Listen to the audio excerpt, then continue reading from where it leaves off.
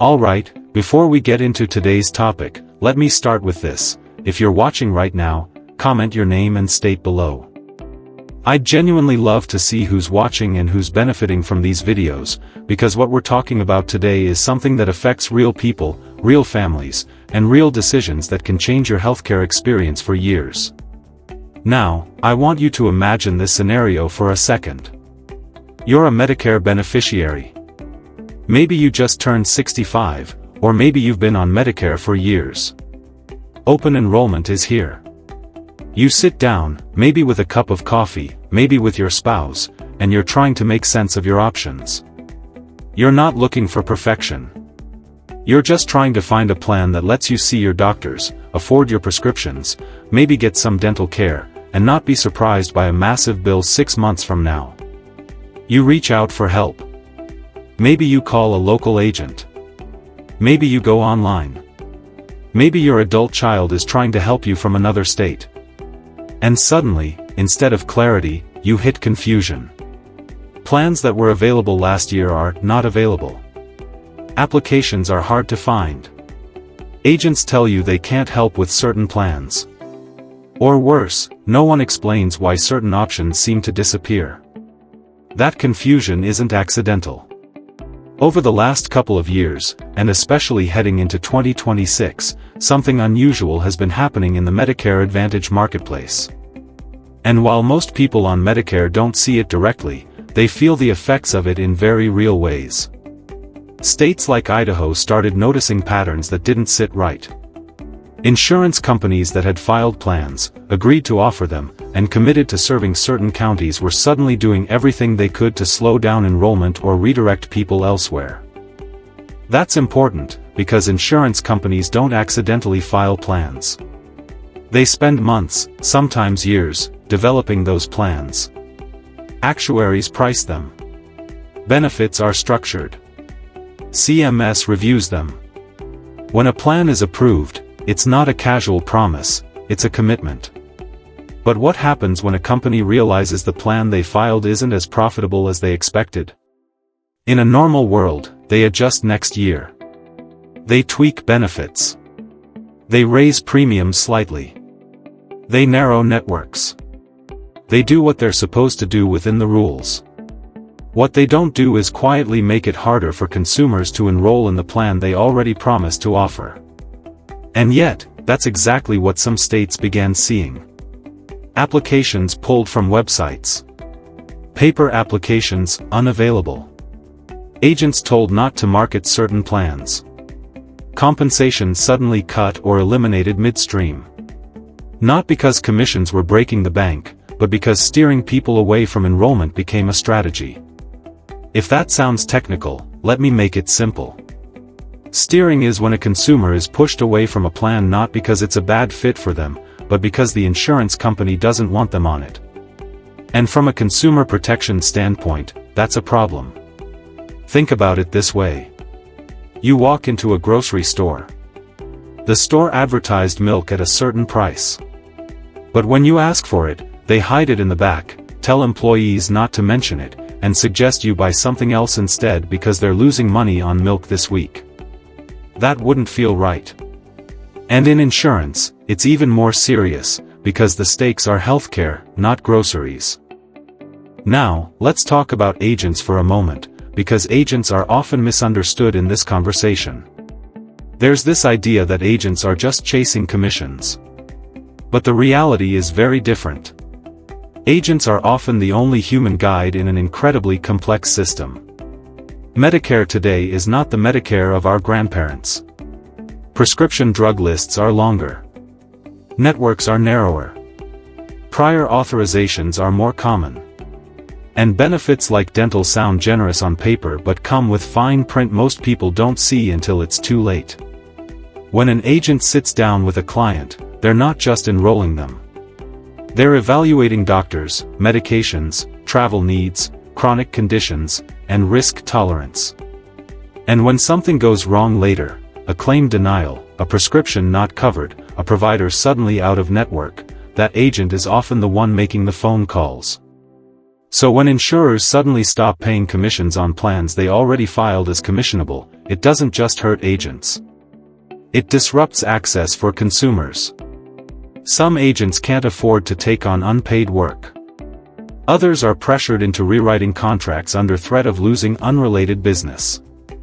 And some keep helping anyway, stuck between doing the right thing and being penalized for it. That's where states like Idaho stepped in. State insurance departments exist for one main reason: consumer protection. They don't design Medicare Advantage plans. They don't set federal payment rates. But they do regulate unfair trade practices. And when a pattern emerges that harms consumers, they have a responsibility to act. In Idaho's case, regulators argued that filing a plan, agreeing to offer it, and then intentionally discouraging enrollment crosses a line. It undermines trust. It distorts the marketplace. And most importantly, it interferes with a consumer's ability to choose the plan that best fits their needs. This wasn't about punishing insurers for losing money. It was about enforcing the promise that once a plan is offered, consumers must be allowed to access it fairly. Now, zooming out to the bigger picture, why is this happening now? One word: costs. Healthcare costs have exploded. Prescription drugs, especially newer specialty medications, are dramatically more expensive. Utilization is up. Providers are negotiating higher reimbursements. And Medicare Advantage plans, which operate on fixed federal payments, are feeling the squeeze. Some plans were priced too aggressively. Zero premium plans, while attractive to consumers, are only sustainable if costs behave as expected. When they don't, insurers are left scrambling. And instead of owning that miscalculation, some try to quietly limit exposure. But that short-term strategy creates long-term damage. Because once consumers lose trust, once agents step back, once states intervene, the entire market becomes unstable. And instability leads to fewer choices, not better ones. Now, let's bring this back to something many of you care deeply about: dental coverage. Dental benefits in Medicare Advantage plans are often heavily marketed. And yes, in 2026, many plans are continuing to expand dental offerings. On paper, you'll see higher annual maximums, broader preventive coverage, sometimes even restorative benefits. But here's what matters: access. A dental benefit is only valuable if you can actually use it. That means dentists who accept the plan, reasonable prior authorization rules, and clear coverage limits. When insurers struggle financially, one of the first places consumers feel it is in utilization controls. Narrower dental networks. Lower reimbursement to dentists. More approvals required. Benefits that exist in theory but are difficult in practice. This is why steering matters. Because when a consumer is pushed into a plan without understanding these trade-offs, the disappointment doesn't show up on day one. It shows up months later, when a dental procedure isn't covered the way they expected, or when their longtime dentist won't accept the plan. And that brings us back to the role of guidance. Most people don't want to become Medicare experts. They want someone to help them think through the decision calmly and honestly. Someone to say, here's the upside, here's the risk, and here's what this looks like long term. That's true whether you're choosing Medicare Advantage or a supplement. And that's why access to unbiased enrollment matters so much.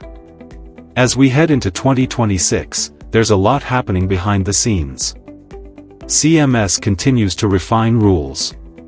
States are watching closely. Some are waiting to see how court cases play out before acting. Others are already stepping forward. And insurers are adjusting strategies, some responsibly, some less so. For beneficiaries, the takeaway isn't fear. It's awareness. If something feels harder than it should be, there's usually a reason. If a plan disappears without explanation, ask questions. If an agent says they can't help with a certain plan, understand why. And if you're choosing based purely on premiums or dental headlines, pause and think long-term. Healthcare decisions don't happen in a vacuum. They're influenced by incentives, regulations, and economics. But at the center of it all is you, the beneficiary, and your right to choose a plan that fits your life, not just this year, but the years ahead. The hope is that increased transparency, stronger enforcement, and better alignment between federal and state oversight will stabilize the market. That insurers will price responsibly. That benefits like dental will be designed not just to attract enrollment, but to actually serve people. And that agents and consumers alike will be supported, not sidelined.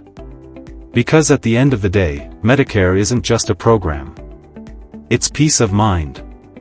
It's knowing that when you need care, the system works the way it was promised. And that's worth protecting. So again, if you're watching, comment your name and state below. These conversations matter, and the more we talk about them openly, the better equipped we all are to make informed, confident decisions moving forward.